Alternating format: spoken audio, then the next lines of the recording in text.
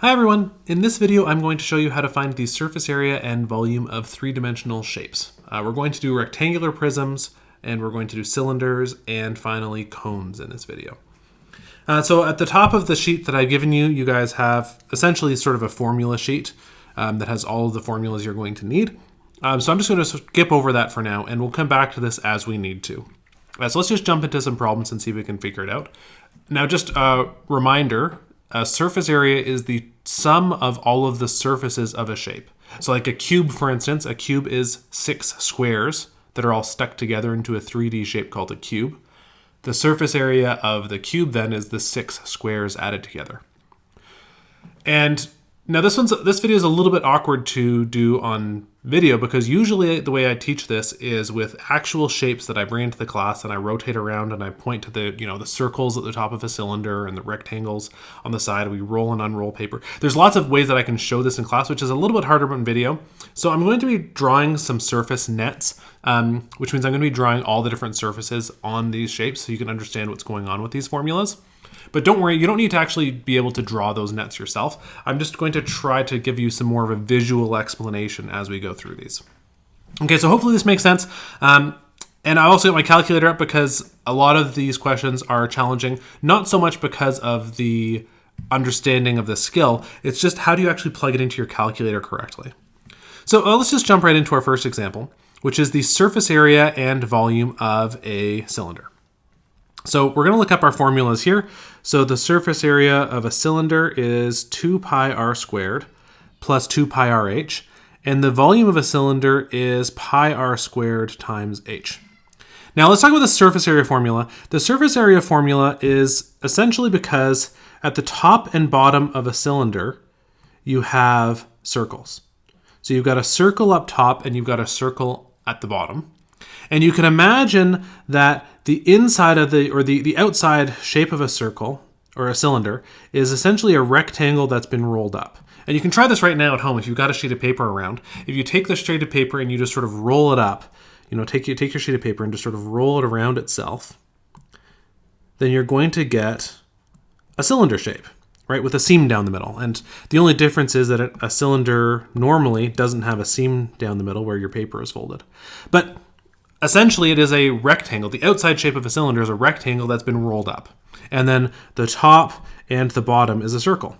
And that's where this formula comes from. It's double the area of a circle, plus 2 pi r is the circumference of a circle. So that's the total length around the edge of the circle. And then times the height, which is how tall the cylinder is. So that's our surface area formula, and you'll notice that just like most circle formulas, this formula is defined for radius.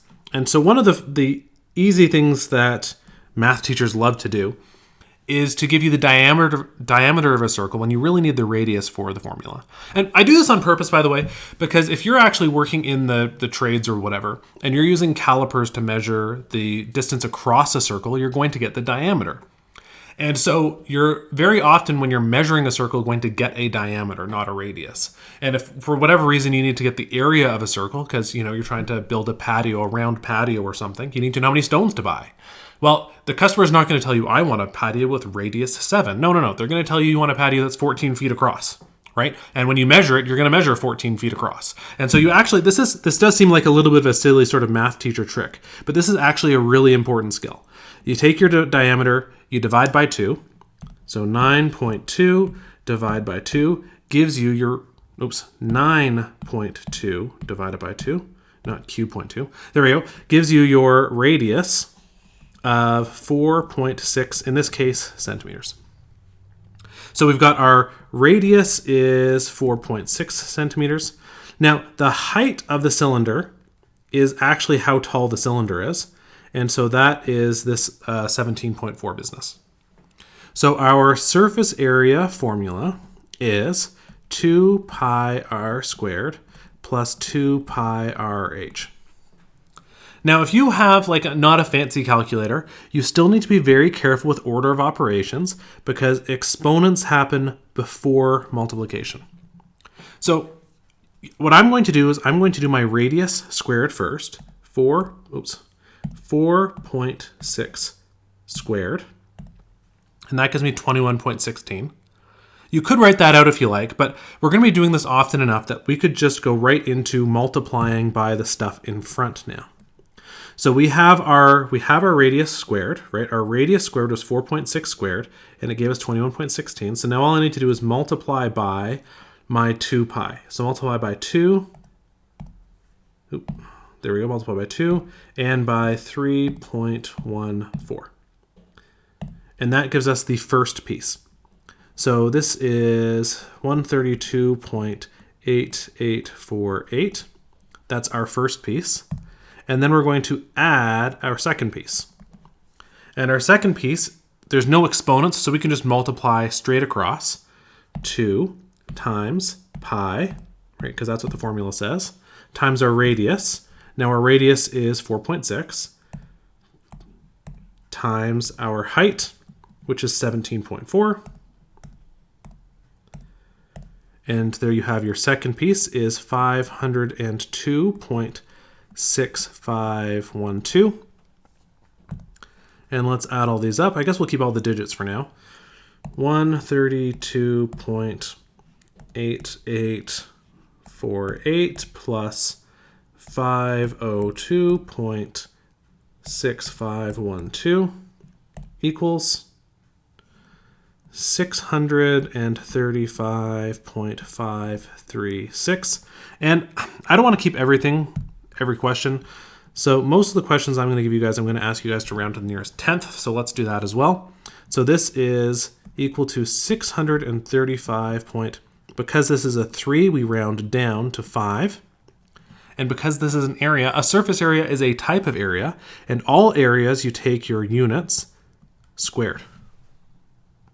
So that is the surface area of our cylinder. Okay, now let's do the volume of our cylinder. And the volume of our cylinder is actually easier than the surface area. It's only one piece.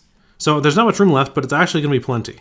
So it's going to be pi r squared h, which is 3.14 times my radius squared, 4.6 squared, times my height of 17.4. Now again, because of order of operations, it's really important you do your squared step first. So 4.6 squared times, and then the thing in front, thing behind is just multiplication, so it doesn't matter which order you do. I'll do pi first, times 3.14, times the thing behind is 17.4, and that gives us our volume of 1156. Now if I look here, the 0.097, the 09, the 9 means we're going to need to round the 0 up. So it's going to be 0.1. And now this is a volume. Now since it's a volume, it's going to be centimeters, but it's not squared. For volume, it's centimeters cubed. And the reason is, if you sort of think actually literally in terms of a cube, the formula for the volume of a rectangular prism is like length times width times height. So your length is centimeters, times your width is centimeters, times your height is centimeters. So centimeters times centimeters times centimeters is 3 sets of centimeters, which is why it's centimeters cubed, right? Versus the area of a rectangle is just centimeters times centimeters. And so centimeters times centimeters is centimeters squared. So that's why volume is centimeters cubed and areas are centimeters squared. Cool.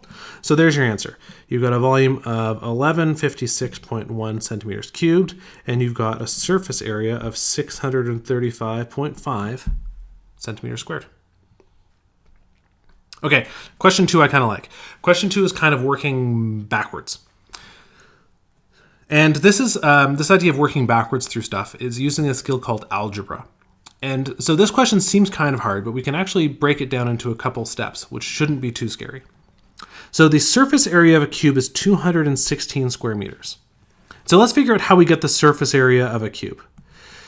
Now, there could be a formula for it, but really we don't even need a formula, because we know that a cube is 6 squares. And we know the area of a square is going to be the side length times the side length. So let's call those x and x, because we don't actually know we don't know how big the cube is. It doesn't tell us in the question how big the cube is. So we are going to do the surface area is 6 times the side times the side.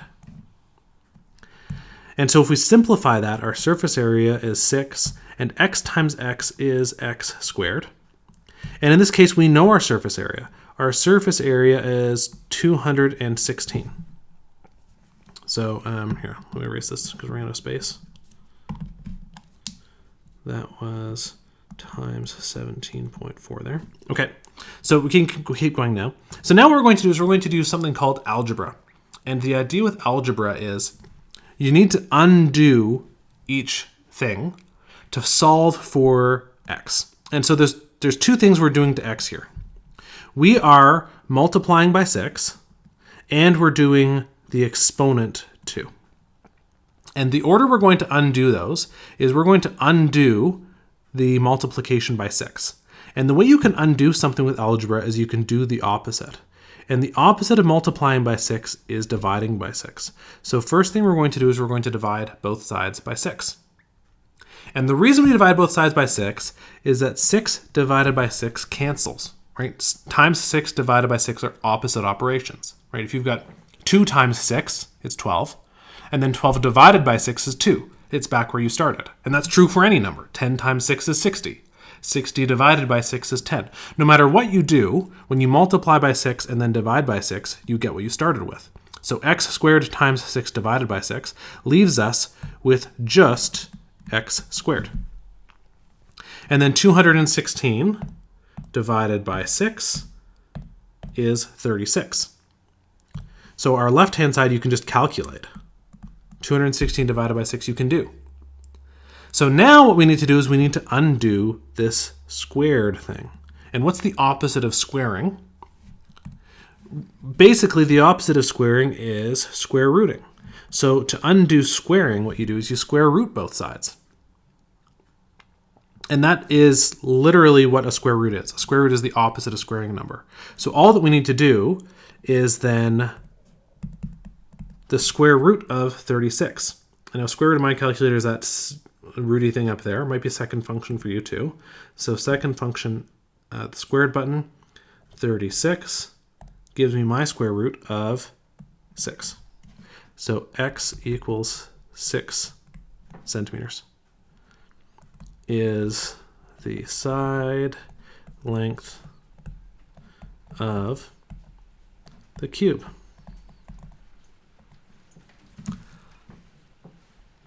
All right, let's try another one. Find the surface area and volume of these objects. We have a rectangular prism and we have a cone. It just started hailing here, so sorry if you can hear the hail in the background. What is the deal with hail in May? Living in Calgary, right? Okay, anyway. So, surface area of a rectangular prism. Oh my goodness, it's got a lot of pieces. Now, if we break that down, it actually isn't. It makes a lot of sense where all these pieces come from.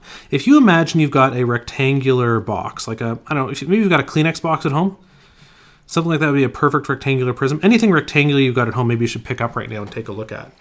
But if you look down at the top of the box, you're going to get a rectangle. And if you look up at the bottom of the box is going to be the exact same size and shape. If you look at the front of the box, and you look at the back of the box, they're going to be the exact same shape. And if you look at the left side of the box and the right side of the box, they're also going to be the same shape. So if you look at this formula, it's double length times width is the top and bottom of the box. Double length times height is the front and back of the box. And then double width times height is the left and right side of the box. So all this is saying is you're doubling your one shape rectangle, you're doubling your next shape of rectangle, and you're doubling your last shape of rectangle. And it really doesn't matter what order you do these, right? You've got 3 rectangles, they're all different shapes, and it doesn't matter which order you do your length, width, height, width, height, so long as you pair them up once each. So length needs to pair with width once, length needs to pair with height once, and width needs to pair with height once. So let's do this one and I'll show you what I mean. So we've got three different things here. I'm not even going to bother labeling which one's length, width, and height because it really doesn't matter. What matters is that we do each one, or each pair of things once, and we double all of them. So my surface area is, let's do here, so 2 times, I'm going to do orange times green, plus 2 times orange times purple, plus 2 times, now what two colors have I not done yet? I haven't done green times purple. So by color coding these, I've made it quite obvious, I hope, that I've paired up orange and green, I paired up orange and purple, and I paired up green and purple. So I've made sure that I do all 3 different pieces, all 3 different shapes of rectangle. So now all we need to do is just do each of these pieces. I recommend doing them separately, just to make sure that you're using your calculator correctly. Because depending on your calculator, you may or may not be able to do this in one line. So I just did 2 times 9 times 5, 2 times 9 times 8, and 2 times 5 times 8. And then I'm going to add all 3 pieces together. 90 plus 144 plus 80 gives us 314. And since this is an area question, because this is surface area we found, surface area is units squared. Okay, so there is our surface area. Now let's do this again for volume. And volume of a rectangular prism is the nicest formula of all, I must say. All that you do for volume, all that you do for volume is you multiply your 3 sides together. Length times width times height. That's it. So all that we're going to do is we're going to do our orange number times our green number times our purple number. And again, it doesn't matter which one's your length, which one's your width, which one's your height. Just pick your numbers, just multiply them all together. And whichever order you do them will be fine. In fact, I'm even going to do it in a different order in my calculator right now. I'm going to do 5 times 8 times 9. That's the kind of rebel I am. 360. Fabulous. And because it's a volume, it is centimeters cubed. Okay, now let's do, now cones we need to talk about. Cones are a little bit tricky because they actually have 2 different types of heights. If you actually have something, if you have a cone at home, I don't know, like a funnel or something, I'm not sure why you'd have a cone at home. But if you have a cone at home, you can actually take a look and see that the diagonal height of your cone is actually longer than the straight up and down vertical height of your cone. And so let's go look up at our formula sheet where I label this. This diagonal here is called the slant height. And the slant height in our formula is given by S.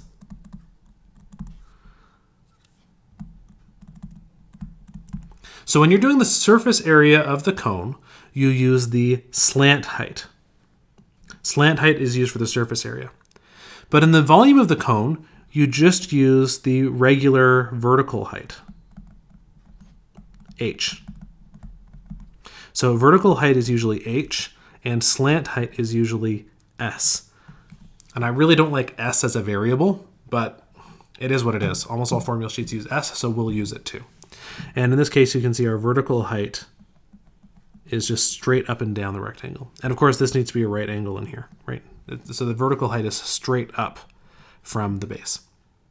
And as always, when we're working with circles with formulas, you pretty much always need, I should say, not always, but pretty much always you need your radius. So our slant height is 2 pieces. Pi r squared is a circle. And this thing here, the reason why is a little bit beyond the scope of this class, but this is essentially that sort of rounded triangle-y shaped thing that gets rolled up to make the outside of a cone. or the pizza slice shape, if you like. If you had a pizza slice that was big enough, theoretically, you could roll it up and make a cone. Nice thing to try at home. Don't. It's really messy. Okay, and then pi r the volume of the cone. The volume of the cone, by the way, is the exact same as the volume of a cylinder, except you're also dividing by 3. So it's the volume of a cylinder divided by 3. You could also think of it that way. And that's also true, by the way. We don't need it for today, but that's true for all pyramids. Any shape that has a flat base and goes up to a point is going to be 1/3 the volume of the prism that's the same shape. And so a cylinder is essentially a circle that goes up straight to the top, and a cone is a circle that goes up to a point, and so the cone is 1/3 the volume of the cylinder.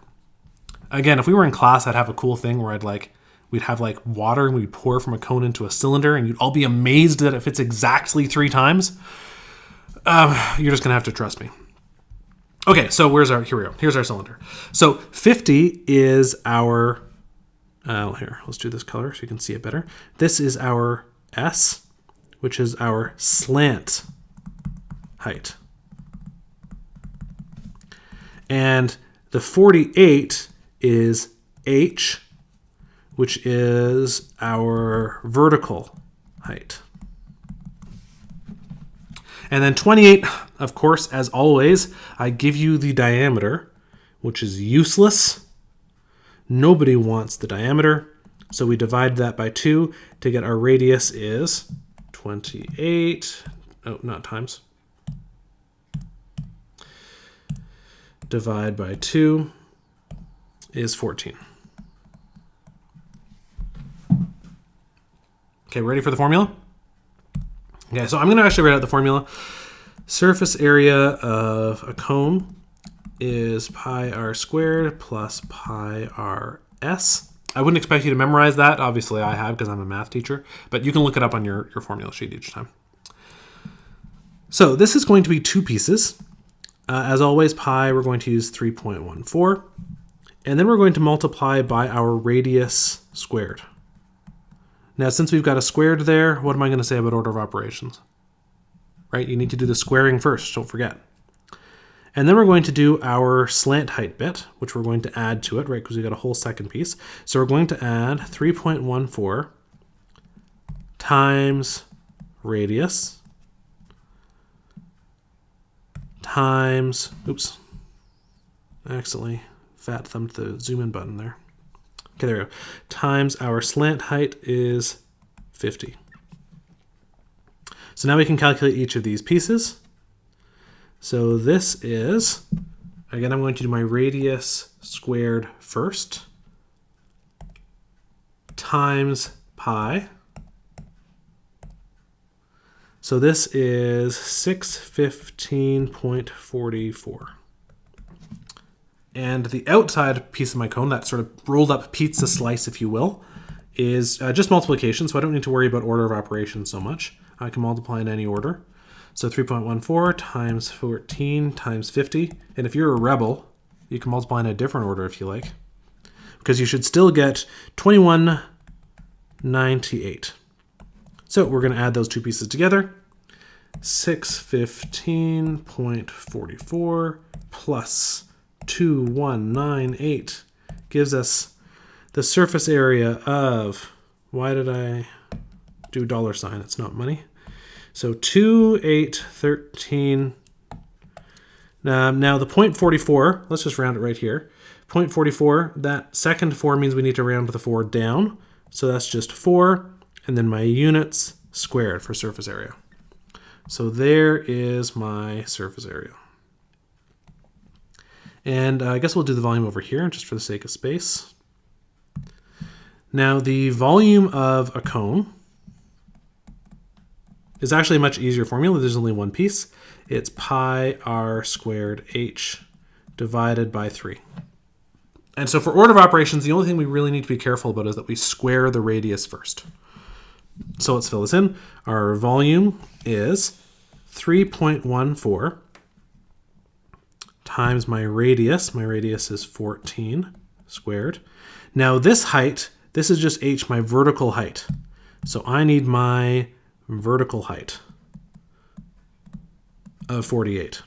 And then we're taking this whole thing and we are dividing by 3. So in my calculator, I'm going to do the 14 squared first, because order of operations says you do exponents before you do your multiplication. And multiplication, division all happen at the same time. So it doesn't matter. I'm going to do from left to right. Times 3.14 times 48 divide by 3. And I get my volume is 9847 point. Now if I round to the nearest tenth, the 04 rounds down to 0. And because it's volume, it's, oh, not centimeters. This is a question of meters. Meters cubed. But just to show you that it doesn't matter. Oh, I did it in one step. You could have also done 14 squared equals. And then once you've done that, you could have done these in a completely different order. You could have divided by 3 times 48 times 3.14, and you'll get the same thing. Okay, so so long as you do the exponent first, order of multiplication and division doesn't matter. And that's it. Now you're into practice. Okay, so these are the formulas you need. They're in the package that you have from class.